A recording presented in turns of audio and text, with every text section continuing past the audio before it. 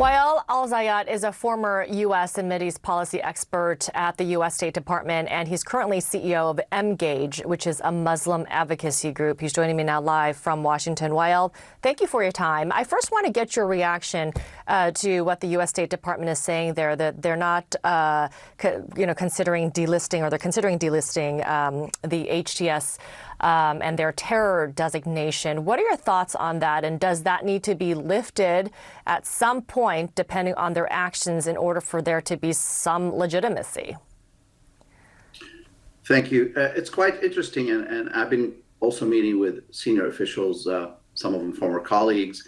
And what's interesting is that they recognize that there is a need right now to be supportive of this historic transition, particularly the political process, and also to help the Syrian people with delivery of humanitarian assistance, development aid. There's all kinds of needs, obviously. And the designation, as well as the set of sanctions on Syria, will hinder that. So it's interesting that they're considering it. And I think, as one official told me, they really want to use these designations, in this case, terrorism designation, to entice groups to change course. So rather than look at them as a permanent decision, they're more of a tool to change behavior. And I think that's the right approach. Well, just to be clear, the Biden administration is saying that they're not seriously considering lifting the terror designation, but they couched it by saying they are watching the actions of this HTS group. Regarding Israel's airstrikes in Syria, I mean, they've been expanding. Israel says it struck Syria nearly 500 times in just the past few days. We also are hearing from a Syrian activist group. This is information that CNN has not been able to verify, but apparently the report is that there are Israeli troops just 16 miles from Damascus. How does it complicate things? And also, given the fact that the HTS rebel leader has said that, Syria doesn't want war. Yeah, this is really a problem. You have a country going through a big transition. They already have a lot on their hands from a security, economic, political, you name it, issues. And now you have a country that is still technically at war with Syria, that has occupied its territory in the Golan Heights, greeting this historic liberation with invasion and mass bombings. And that is just very detrimental, really, to the prospects of peaceful transition in Syria. The last thing you want is now to open up another front between the newly liberated Syria and Israel. The Syrian people desperately need to just focus on building their country right now. And these bombings, quite frankly, I know that the Israelis have said that they're taking out, for example, chemical weapons. The question is, if they knew about them all this time, why did they not take them out before? And so really, this is, while the Israelis maybe have their own legitimate needs to feel that they're more secure, but the new Syrian government, the new Syrian reality really poses no threat to the Jewish state. The country needs a lot of help rather than bombs.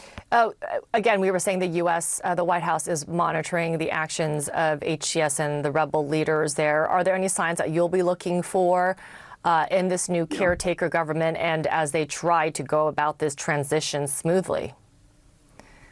Yeah, a few things. One is, and HTS essentially deputized a caretaker prime minister.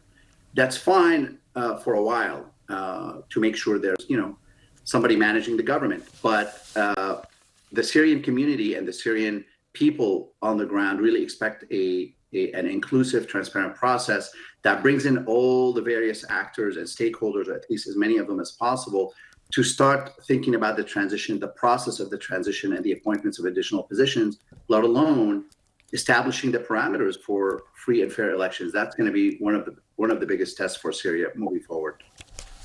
I do want to ask you before we go regarding the Syrian refugees, because, we've heard several, the leader of Turkey, he said that he would open a border gate with Syria to allow the safe and voluntary return of Syrian migrants. But, You also have several European countries who've announced that they'll be suspending the processing of Syrian asylum claims. And you have some European countries like Austria who are suggesting that they'll be pressing Syrians to leave their country.